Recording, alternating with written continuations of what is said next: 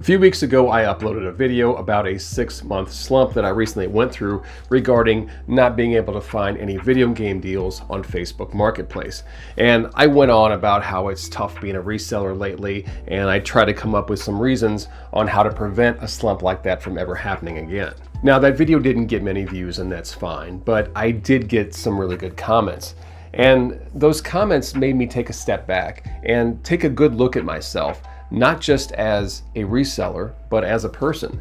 So you saw the thumbnail. Am I a scumbag reseller? Well, let's find out.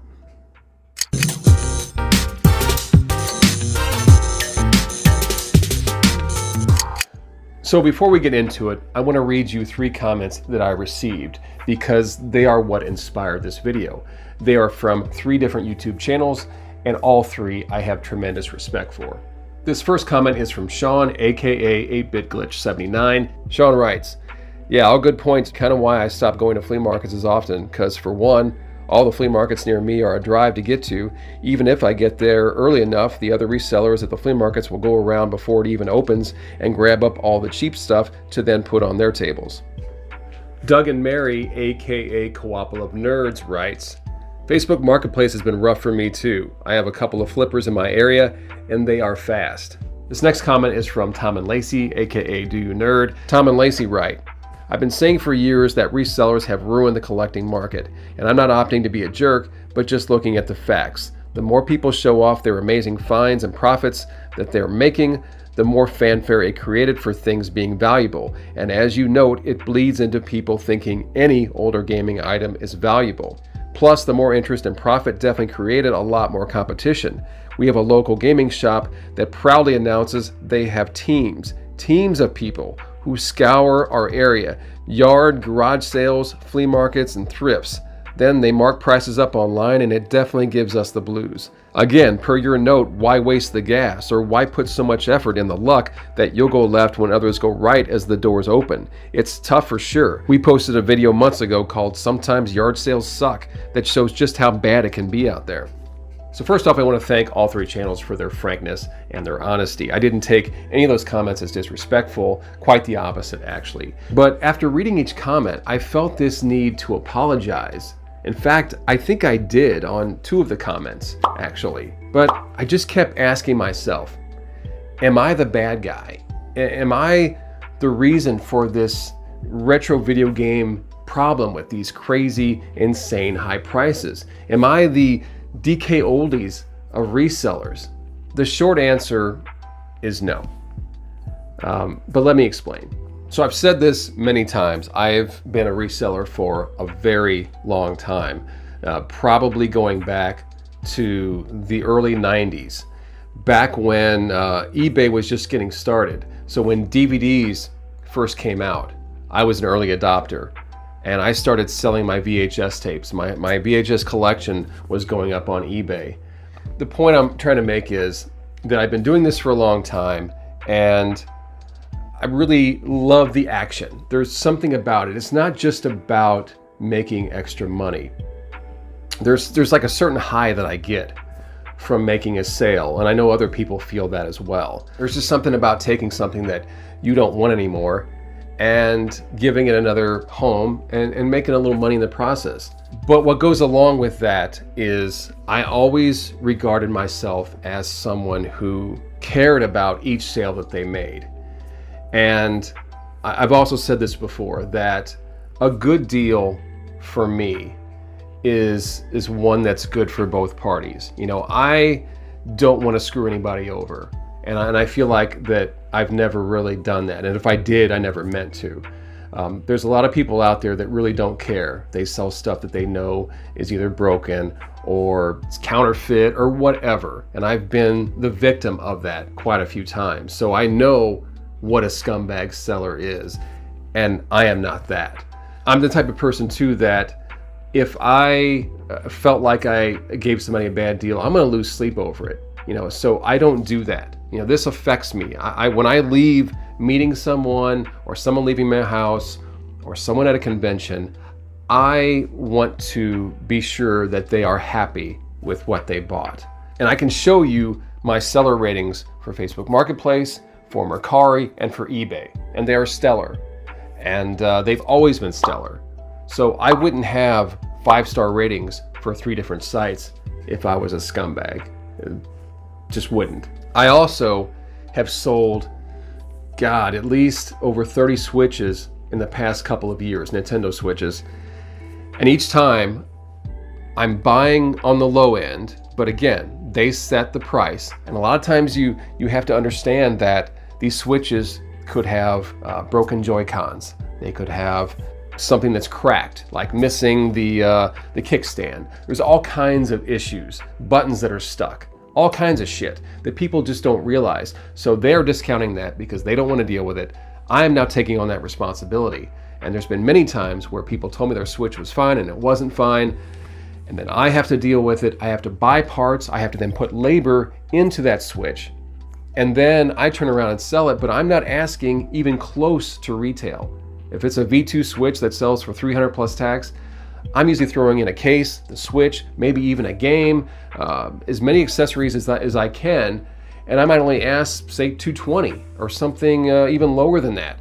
You know, I might have got that thing for $150, but again, I might only make $50 on that deal. But I'm okay with that because $50 for a little bit of work, I'll take $50 an hour. You know, that's to me is a good deal. And then the next person that I sold it to got a good deal. There's nothing wrong with that. And think about this.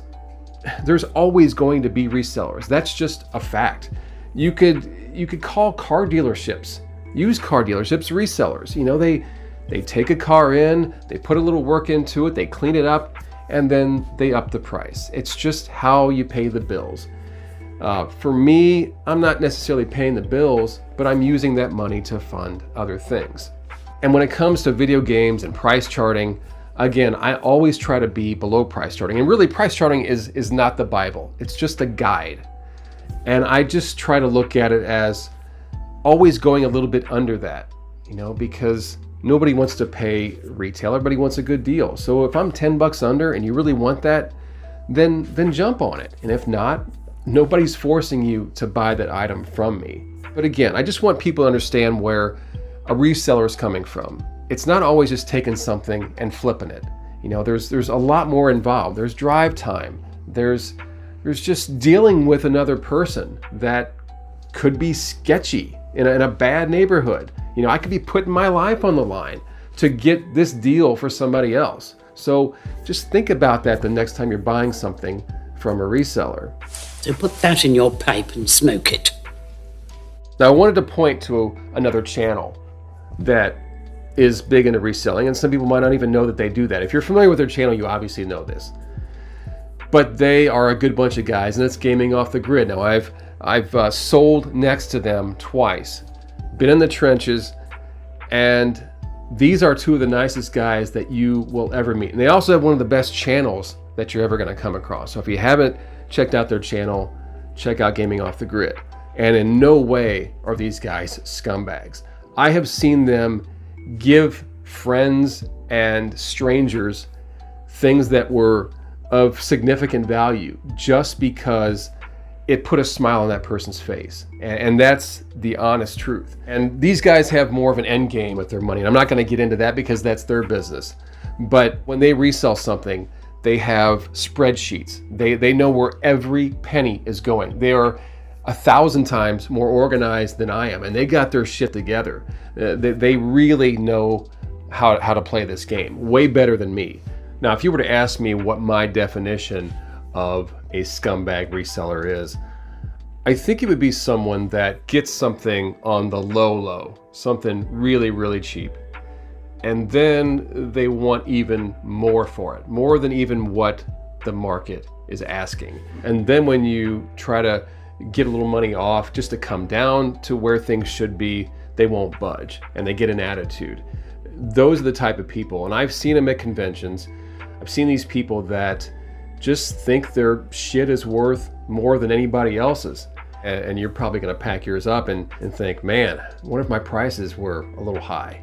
Spoiler alert, they probably fucking were. What a scumbag. And yeah, this video game market, it sucks. It really does. It sucks for someone who is just starting collecting because it's too expensive for them to even get into it.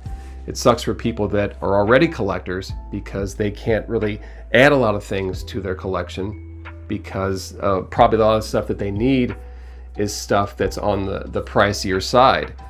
And it's tough for resellers too. So I do think there's a place in that for everybody, but I also think that there needs to be a reset. Even as a reseller, I think that there needs to be just kind of a reset so things can kind of calm down a little bit. And I think they are actually starting to calm down. If you frequent price charting, which I have lately, and I'm looking at things that I'm thinking about selling or things that I might be selling coming up this summer, and I'm looking at trends and charts, and things are coming down. And when I see somebody on Facebook that's really abusing, thinking what they have is way worth more than what they think it is, I actually will check them on that. And I do it in a very respectful way, but I'm like, hey, I know you got this item and it's in great shape, but I hate to tell you, but it's just not worth that much. I'll even give them a screenshot or two of some sold listings and price charting and just say, look, this is what it is. And I know you want to sell this. I know you want the most money you can get for it, but you're way off base. And I just did this recently with a guy, and he came back very nice, and I like that. He actually kept asking me questions. So what do you think I should sell it at? Now he didn't drop the price more than $1 on this item that he wants $300 for, and I told him it's only worth about $80.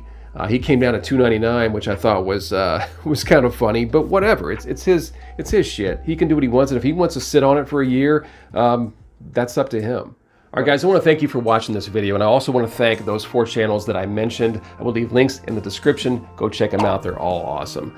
And thanks for listening to this, I guess, this reflection on my character. It was really odd, and maybe those comments to you didn't seem that big of a deal. But to me, when I was replying, I'm literally typing, I'm sorry, because I felt like I am the bad guy here. I'm complaining about not getting any deals and taking them from people that are hardcore collectors. And I felt bad, I really did. And I had to kind of just, look deep down and go, man, am I really the problem here? And I don't think I am. I'm really not. I don't think so. But I think that, again, there's a place for all of us, for resellers, for collectors, for buyers. Everybody can get along. It's just about being cool to each and every person. All right, guys, that's going to do it for this video. If you enjoyed it, make sure to do all that other shit, like, comment, and subscribe, and turn on that notification bell so you know when I upload videos like this one. All right, I will see you all next time. Thanks so much for watching.